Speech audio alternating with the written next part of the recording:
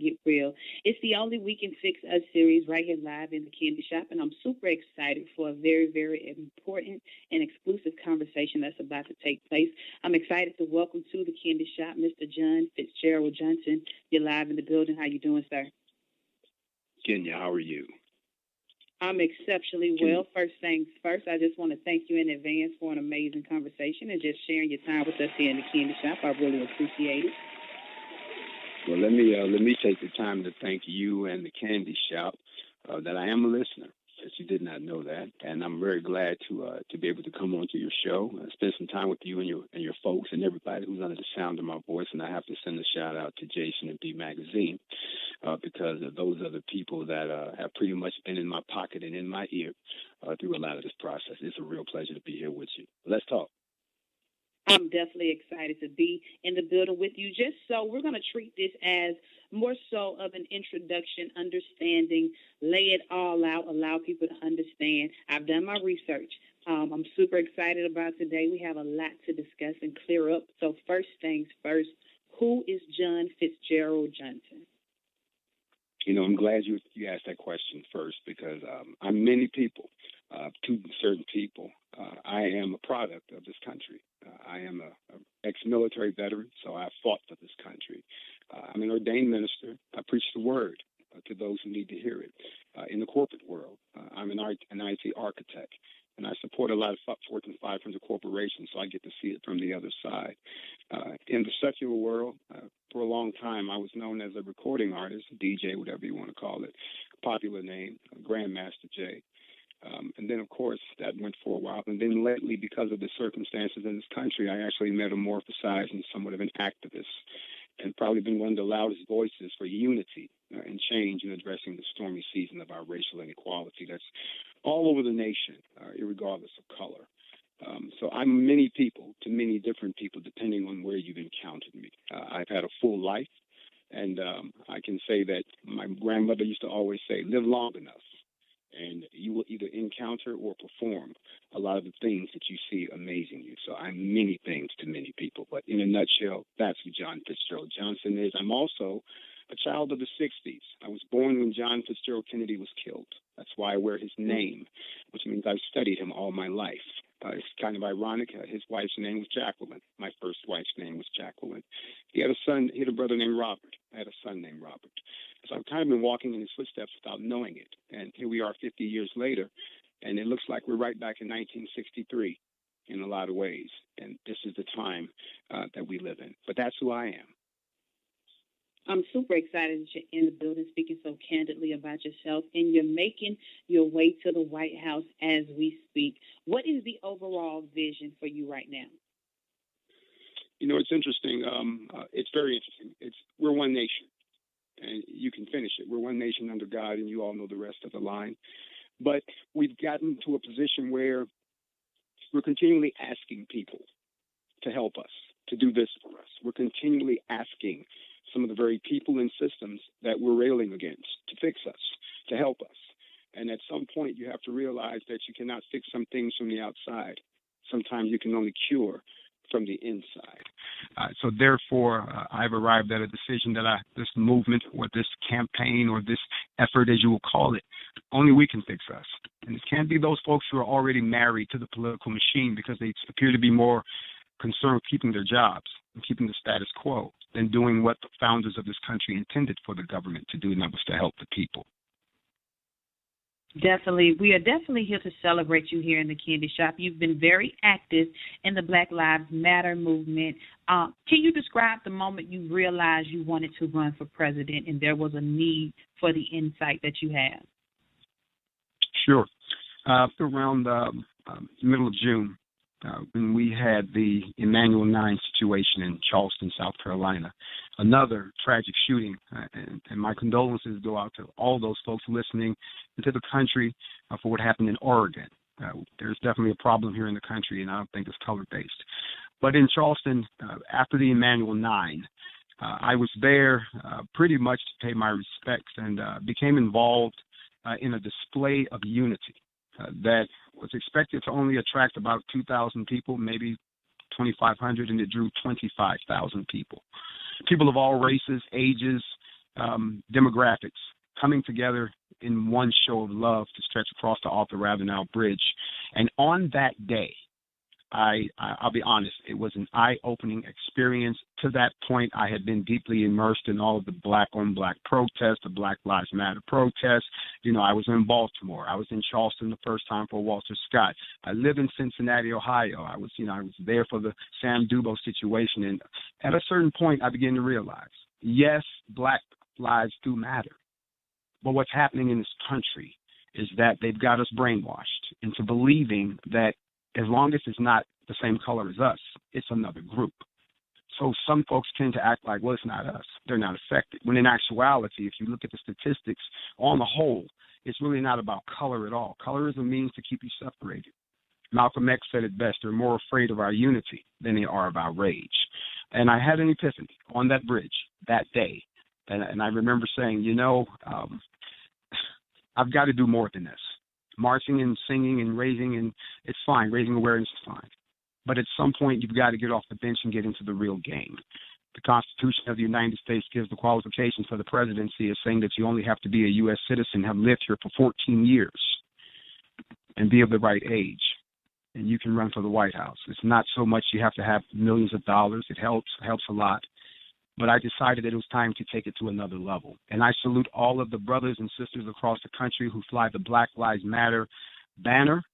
I elevated myself to another level that would help them. And I watched how Black Lives Matter was treated by the politicians without some of the tactics that they had to employ. But for them to say, listen, we want to work with you, really that's just a gesture. What we actually need is someone who's in a position to make some executive decisions that can affect policy and law and begin to dismantle some of these institutions and some of these ingrained practices that have existed in this country since its inception. So it happened in South Carolina. The show of love and support that I got from those people and still get to this day encouraged me. To run for the White House was totally not out of my realm.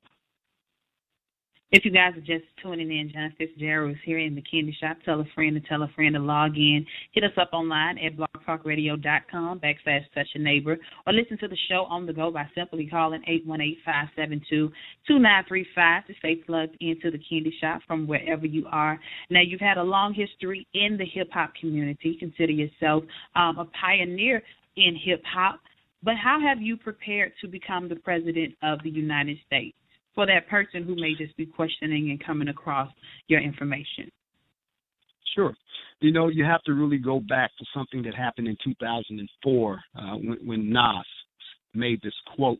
He said, hip-hop is not vote or die. He was speaking about P. Diddy's voter registration campaign. He said, that's not hip-hop. No disrespect to Diddy and Russell and them. Those are my heroes. But hip-hop is not vote or die. Hip-hop is anti-establishment. Ice Cube and them were always that way. In order for hip-hop to change our point of view, it means for us to have a candidate that understands hip-hop. If you say vote or die, then you're saying it's all good that Anheuser-Busch supports vote. It denies the legitimacy of the way America operates, and it always will. I used to be of that mindset. So if someone studies my background, if you study, if you really do your research and not go with these folks who are what we call University of Google graduates, do your true research. You'll find out that you're right. Hip-hop was anti-establishment. However, hip-hop has been bastardized and has been hijacked, I would say, by those in the corporate world to utilize it as a tool to do just the opposite of what it was designed to do in the early days. If someone is a student of hip-hop, then you know this. But if you're a new schooler to hip-hop and you're emulating the messages and the images and all of the things that are coming out of it without realizing the damage that you're doing to your own community, then you will find folks like myself to be somewhat of a mystery to you. But in the very beginning days of hip-hop, it was actually anti-establishment because the establishment was oppressing us. Now we've come to learn that since it's been absorbed into the American fabric, you have more power than you realize. As a matter of fact, between hip-hop, the LGBT community, and I would say those folks who probably don't give a damn about politics, you hold a magic sword. And what we've got to do is wake you up to use it. So I would say to those folks that if you understand the true history of where hip-hop came from, then you understand where I came from. I would encourage you to do your research and go beyond that which did not exist 10, 20 years ago, the Internet. There was no Facebook. There was no social media. There was simply what was on paper, word of mouth, Polaroid pictures. And a lot of those walking museums are still walking around here. So I would say that to them, that it's time for one of us to step up. It's time for one of us to attempt to drive. When they said Barack Obama was the first black president, notice they used the word first, not the only. Whenever there's a first, there's always going to be a second, maybe a third, and a fourth. However, did you really not think that sooner or later one of us, who as highly intelligent as we are, contrary to popular belief, would not step into the arena with you? And that's what's happening.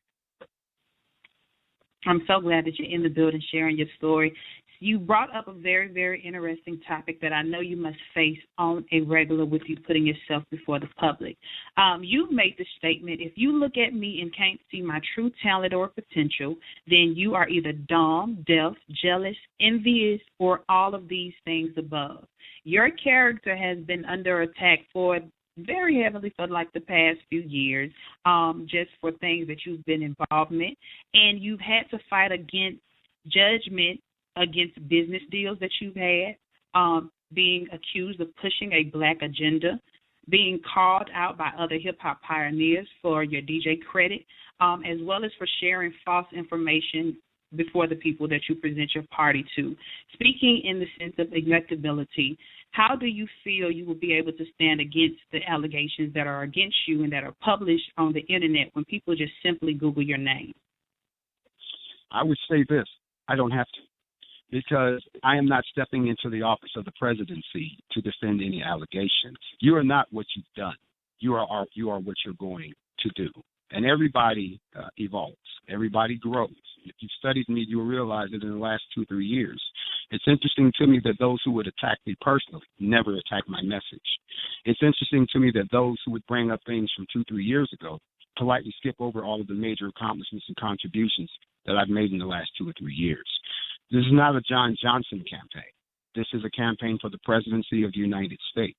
This is about who has a better understanding of the current environment that's reflected by these people today in this country and not what we did 5 years ago. So I would say to those people that enjoy the reading, there are no perfect people in Washington, D.C. As a matter of fact, if you do your research, we have some downright criminals sitting in office. So I'm very prepared for those conversations because none of those impact my leadership abilities. If you study my background also, as I said before, I'm ex-military, and I've been proven to be a leader of men in all types of diverse situations. In the corporate world, I've proven myself time and time again. So it's not a matter of me having to defend anything because those things are not in tune with my message. I definitely thank you for speaking on that matter. We have John Johnson right here live in the Candy Shop. There's a lot you guys are definitely in store for. Tell a friend to log in. Hit us up online at blogtalkradio.com/touchaneighbor or listen to the show on the go by simply calling 818-572-2935 to stay plugged into the Candy Shop. For someone who has little information in regards to how this works, for an individual to say they're going to run for the president, could you please share your current position in this race with us? Absolutely. You know, when most folks hear, oh, I heard you're running for president, they wonder why they don't see you plastered all over TV. What you see on television is very selective by the media. There are a great number of folks who have declared their candidacy for the presidency, some serious, some not. Yet there are guidelines and rules that are laid down by the Federal Election Commission that you must meet. Some of those are monetary, some of those are regulatory, and some of those are simply a matter of you having the key resources in place, people and so forth, to make this machine work. I myself, as I said before, once I see the entire system, because I was getting sick and tired of watching the same folks step up and keep us in the same places. I said, oh, fine.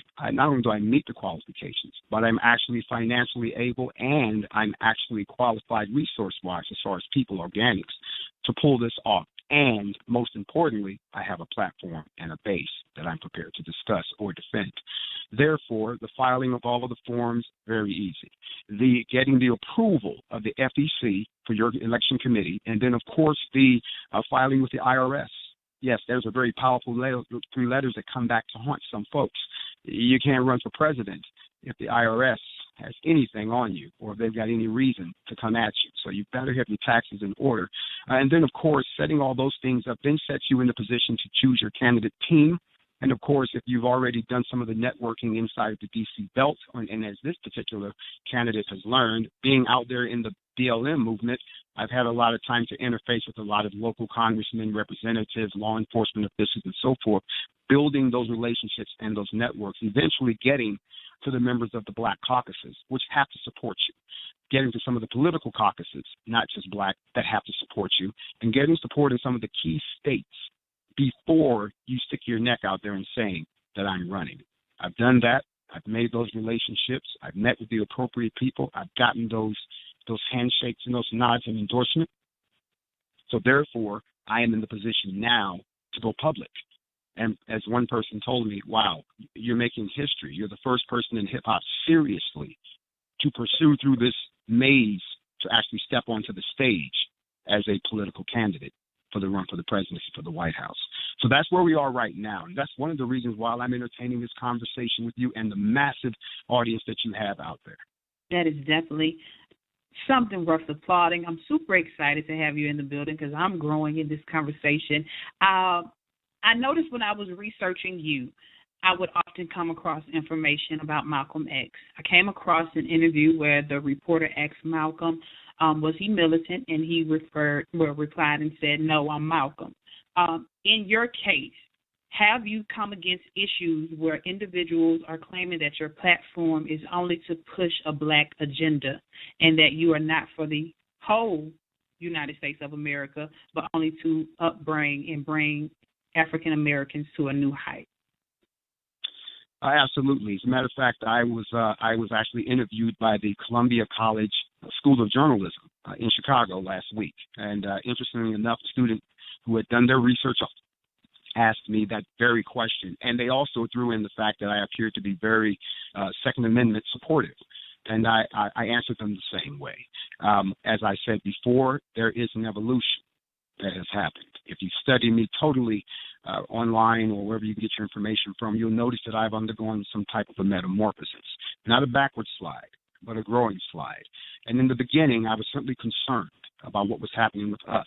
But as I began to look at the broader picture and look at the sources of our problems that not only affect us as African Americans, all 47 million of us in this country, but all of the 300 million Americans at some degree. If you don't believe me, yes, 84 people got shot in Chicago over the weekend, but then again, an equivalent number of people were shot between Oregon and Alabama, and those were rural places. Had nothing to do with the African-American community, meaning we have an underlying problem irregardless of race.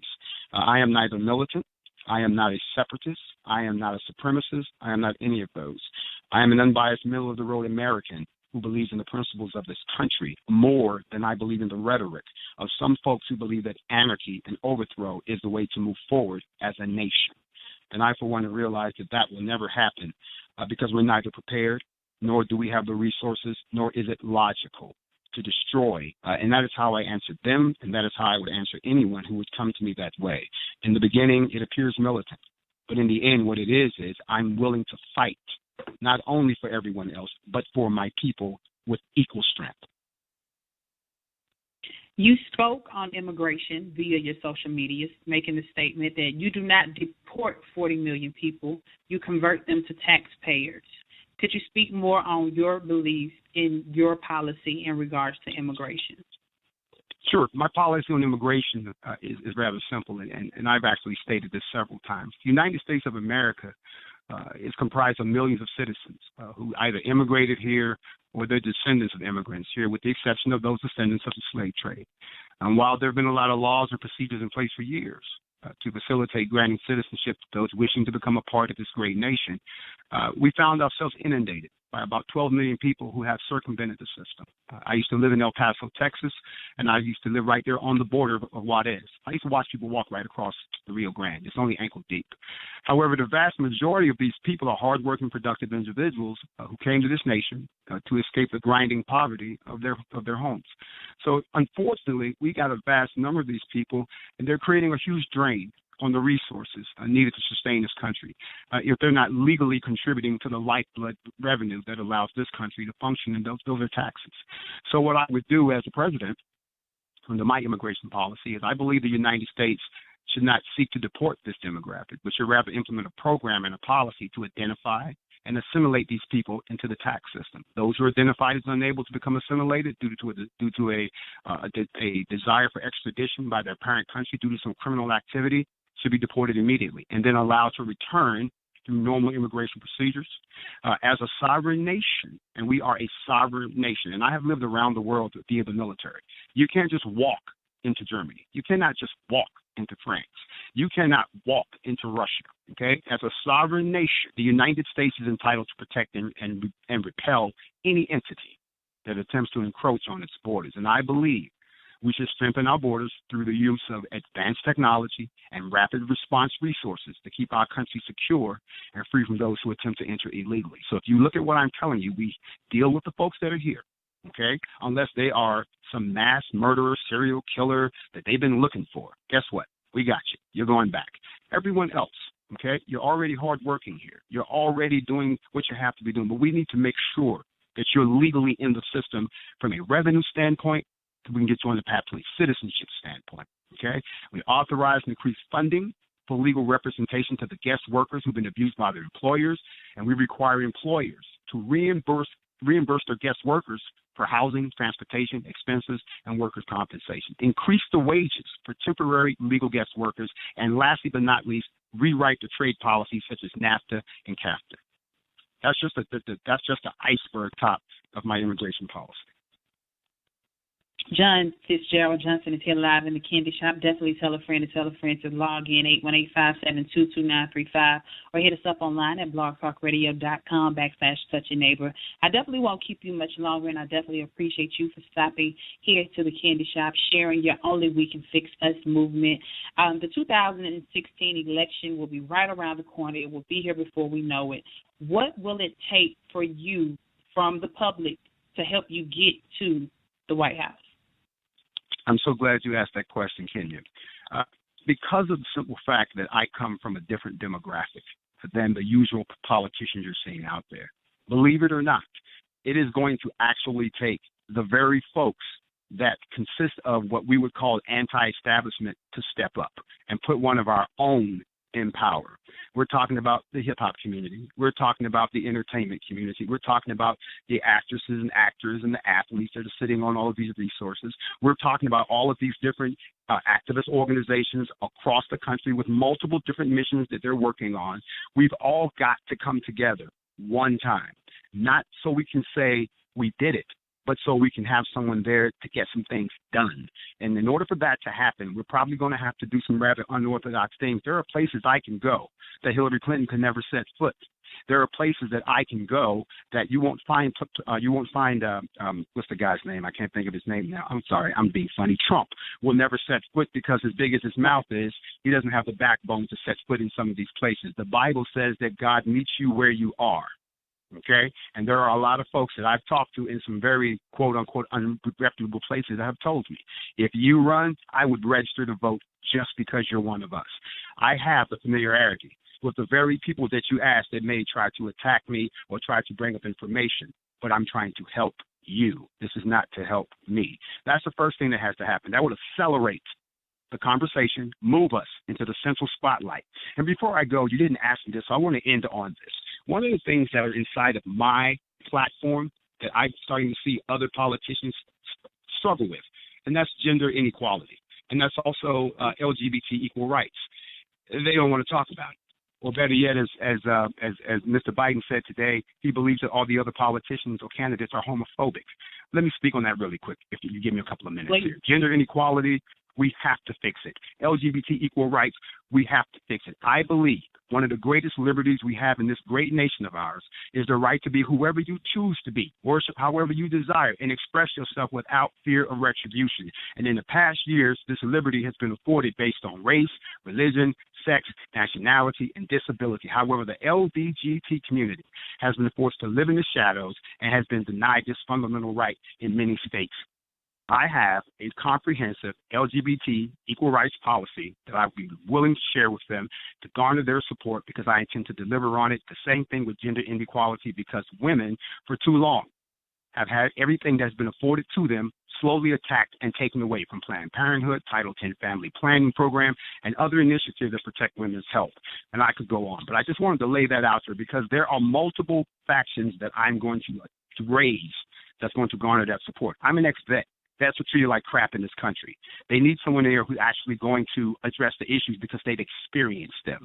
We're talking about gay, we're talking about LGBT, we're talking about women's rights, we're talking about the vets, we're talking about the hip-hop community, we're talking about the entertainment community, we're talking about everyone, which is something the other candidates are not doing. I'm going to open the gates for the conversation backed up by facts and a plan. I'm hearing a lot of talk from everybody else. And I definitely appreciate you for coming through with the fire. John Fitzgerald Johnson is here in the candy shop. Going through this process, putting yourself on the chopping block, is something that you're definitely not afraid of, and you don't take the criticism serious. You keep pushing and you keep moving along. What has this entire process taught you about yourself? I'll be honest. It taught me that there comes a point in your life, no matter what you've done or how successful you've been, that at some point you've got to be willing to sacrifice it all, even if, and this is going to sound strange, even if it really scares you. And I'm not easily scared at all. And that's when you realize either you're going to do it or you're not. Man up, step over. Woman up, step over. Whatever you call yourself, be prepared to step over when you get to the point where you realize this was the reason that God put you on earth. This was the purpose he's been preparing you to walk in. I learned that about myself. Everything that's happened to me in the last 25 years, and especially in the last 3 or 4 years, has done nothing but strengthen me, prepare me for this journey. That's what it's taught me. Recently, in the past weeks, we had the shooting that took place in Oregon. What are your views on gun control? You know, it's interesting you asked me that. As I said before, I am a very strict supporter of the Constitution. I believe the Constitution was put in place to protect us from the government. When it comes to gun control, if you look at a lot of these situations, the number of individuals who perform a lot of these murders, mass shootings, things of that nature, there are a lot of mental health issues, and this country has moved away from providing adequate mental health for people. That's the first thing that's happening that we've got to take a look at. You don't take the guns from the people because people will just find something else to kill people with. People kill people because of their emotional state. People kill people for greed. People kill people because they can't manage their emotions or they have no spiritual connection. So taking the guns away is not the answer. However, controlling how those guns are disseminated to the public is something that I would support. I am an avid gun owner. I own an entire collection of weapons. I'm an avid shooter. But at the end of the day, I do not believe that someone who neither understands their responsibility nor knows how to effectively become a custodian of such firepower should be allowed to have it.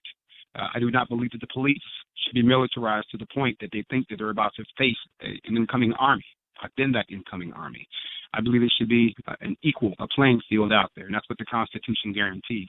I support background checks for folks who are trying to obtain weapons. I do believe they need to close the loophole at gun shows, so that if I get upset, I just can't bypass the gun store and go down to the local gun shop, the gun show, and buy one, and no one knows I have it until I do something like what this young man did. I do not believe that disarming the American public as a whole is going to fix anything, because criminals don't go through background checks, and criminals don't go through any of these things or break any of these laws. That's why they're criminals. Okay, so I find that to be an argument that keeps going around and around. What we should be focusing on is gun accountability, not gun control. There are a lot of guns out there, and there are a lot of countries that have undertaken a lot of efforts to remove those weapons completely from their populace. But I caution you, if you go back and you study any civilization, before you can eliminate a people, you have to disarm them first. I will not let that happen to this country. I'm super excited that you've taken the time out to hang out with us here in the Candy Shop and share your platform. I've definitely enjoyed the conversation. I definitely want to allow you to close whatever you prefer to leave the people with, but also let them know what they can do to support your movement, as well as to help you make your way to the White House. Absolutely. The first thing I would encourage them to do is study my platform, onlywecanfixus.com. onlywecanfixus.com. I've got my entire platform set up there for folks to take a look at. There's feedback. I would encourage you also to take a look at some of the things on social media that we've set up. We're on every social media platform. Team John Fitzgerald on Facebook. Team JFJ on Instagram. Team JFJ on Twitter, where we will continue to do what I've always done, and that's keep an eye on what's going on in all of these different areas while the media turns a blind eye to what's really happening in the streets. Support the campaign. Become a volunteer. Get involved. Bring your groups to the table. Bring your concerns to the table. I'm open to listen. I'm not one of those folks that has a super PAC in my pocket so they can control me. I'm not controlled by those interests. At the end of the day, I would say go to onlywecanfixus.com and get involved. I appreciate you, and we just simply want to say congratulations in advance to you and the Candy Shop for not only raising awareness, but being bold enough to step out and say, I am the one. And I appreciate you so very much. You are officially a friend of the Candy Shop. Anything you need from us, consider it done. And we definitely hope you enjoy the rest of the show and the rest of your Monday. But thank you for your time, Kenya, and to all your listeners. God bless all of you all. God bless America. And let's change things. There's only one nation, and only we can fix us. God bless. Yeah. God bless you. Have a great evening, Mr. Johnson. Thank you, Kenya. Bye-bye. I told you guys, we had a crazy show lined up for you guys. Make sure you log on to onlywecanfixus.com so that you can get all the information you need to support John Fitzgerald Johnson in his move to the White House here in the Candy Shop. I definitely have to